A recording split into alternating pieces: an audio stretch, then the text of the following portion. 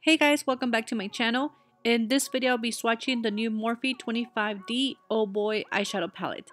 It's currently available now in store only. I'm not sure when it will be available online. So this palette retails for $18 and it's a complete matte eyeshadow palette.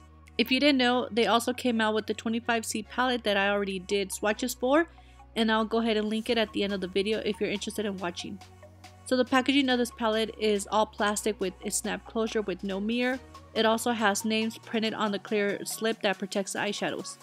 So when I first saw this palette, I automatically thought of the 35OM palette, which is a matte version of their popular 35O palette. I will be honest, and I was a bit bummed to see another warm orange palette, but once I posted a picture on my Instagram, a follower mentioned that it was a perfect transition palette.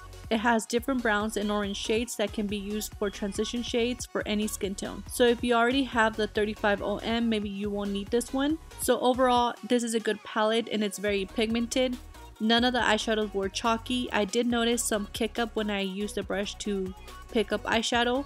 I didn't have any issues when blending. I do test all the eyeshadows before posting the video. I do finger swatches, but I also like to test them to see if they blend or if they actually pick up with the brush. So this one I didn't have any issues with, and I noticed that the eyeshadows are very pigmented. I actually see myself reaching for this palette more than the 35OM because it's smaller and I feel that it's travel friendly.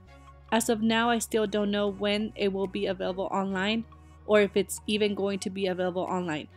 So for those that live near a Morphe store, they're available now in store only, and you could use my affiliate code to save 10% off, which is makeup. So I hope you guys find this video helpful, and I'll see you guys very soon on my next video. Thank you guys so much for watching.